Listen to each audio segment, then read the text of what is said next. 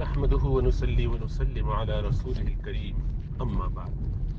If a medical doctor advises about a treatment which goes against Islamic law,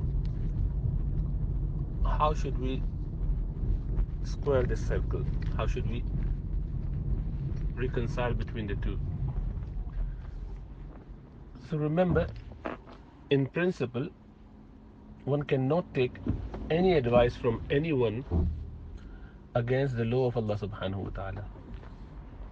It is haram to prefer anyone's opinion above Allah subhanahu wa ta'ala for a Muslim. Obviously, if you do not believe in Allah subhanahu wa ta'ala, that's your prerogative. And even if you don't want to follow that despite calling yourself Muslim, then that's your choice as well. But in the eyes of Islamic law, if one does not fulfill the commands of Allah subhanahu wa ta'ala, they are not considered Muslim by Allah subhanahu wa ta'ala. But you can only find out on the day of judgment. So that's the base principle that everyone understands very clearly. The Muslims do know it very well, that لا إطاعة لمخلوق في معصية الخالق. There is no obedience to the creation or the created being in defiance to the creator, which is Allah subhanahu wa ta'ala. Now there would come a situation where one is facing a hardship. They are in a dire situation where Allah subhanahu wa ta'ala within Islamic law in Quran has given the leeway.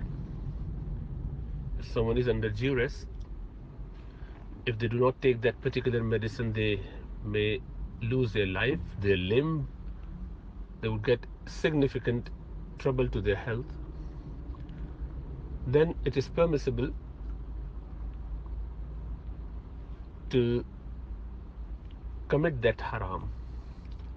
For example, if someone is starving for a few days and they are about to die, if they don't have a dead meat which was just available to them, a haram liquid of some sort which is just been available to them, so they should save their life and have it. Likewise, if someone is in a medical condition which would claim their life or cause them to lose their limb, then with certain conditions, even the medicine would be permissible. That advice from the medical doctor, a professional, would be okay provided he is expert in the field and he has given that clear instruction that if you do not take this particular precaution or measure or treatment or operation, then you would lose your life or your limb or any organ of your body, your kidney function, liver function, anything that you would lose straight away or within days. Like it is something very serious. Then one can consider that option, even if it means that they have to consume something haram or do something haram, with Islamic leeway. So what are those conditions? Number one, the disease has already happened.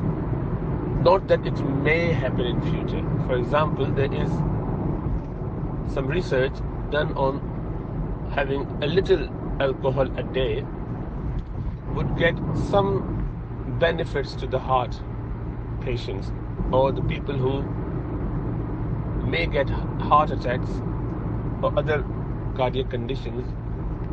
They might get a little bit better if they were consuming alcohol. So obviously that does not make this alcohol halal for them, even if the study or the proof was definitive. Why? Because the disease hasn't happened yet. Likewise, to consume something that might help one averting a disease in future, like vaccine of some sort. One cannot have it because the disease hasn't happened yet. It is a prevention, and Sharia only consider haram to be given an excuse for consumption or utilization in any way, provided the disease has already happened, not as prevention, not as precaution. Now that is despite the proven benefit.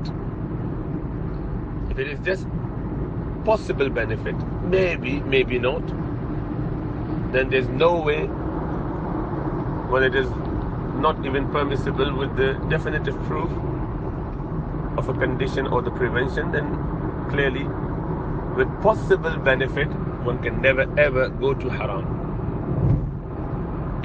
Thirdly, there's no alternative to that medication or to that treatment for cure or for that condition to be alleviated, to prevent the death or loss of limb, for example. So there's no alternative. Then the diseased person, the person who has got that illness, he may opt for that haram. For example, there's cancer, God forbid, and that would claim your life or the limb. There was some significant gangrene, the limb is about to be chopped off. If you do not get that particular injection or antibiotic or something that has haram ingredients in it, then one is allowed to have that, because there's no alternative. If there was alternative, then one can never resort to haram. You have to go for the halal alternative. For example, this particular antibiotic is really the best, but there is another antibiotic which is better as well, not maybe as great as this one, but close to that, and is still promising results. Then one should go for that before they go for the haram alternative.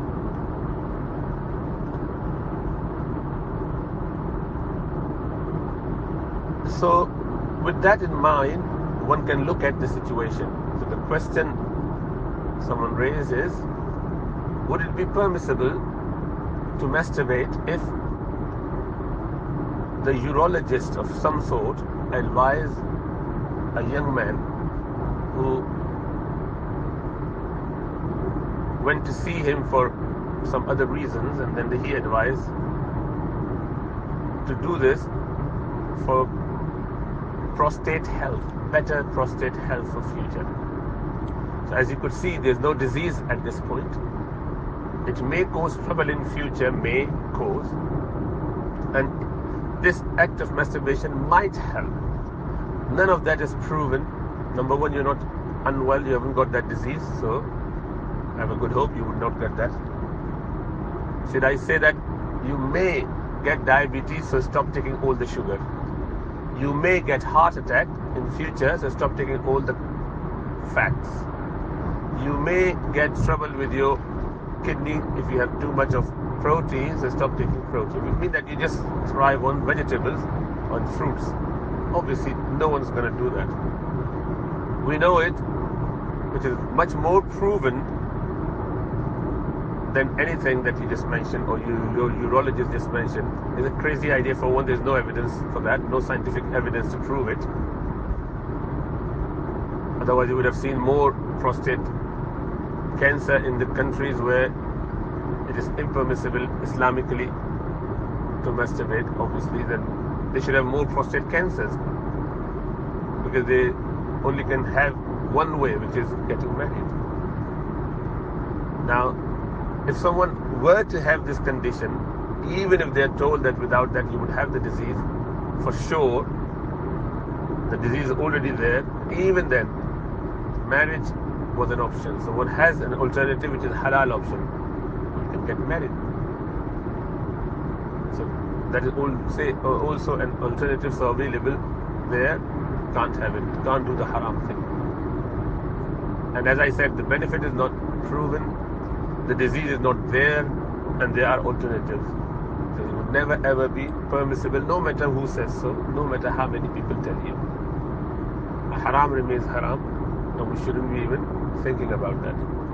And justifying that, people try to get the guilt feeling away and then get involved in it and say, oh, I'm actually helping my body. That is a big trap from shaitan and nafs.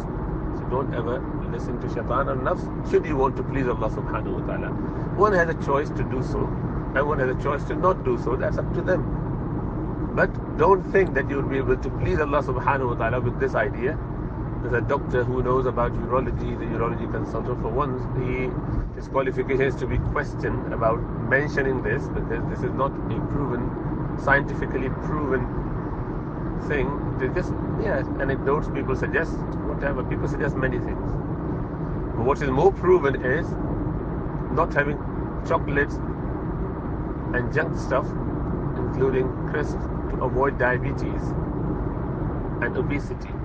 And yet, the whole world is into this without thinking much. In the first world, so to say. So, why all of a sudden we are more interested in this health and not that health? So, yes, is it just nafs and the plot of shaitan to cause us to disobey Allah subhanahu wa ta'ala, thereby lose our connection with Allah subhanahu wa ta'ala, and this would then lead us to be slowly drifting away from the teaching of Islam. May Allah save us all from the plots of shaitan and nafs.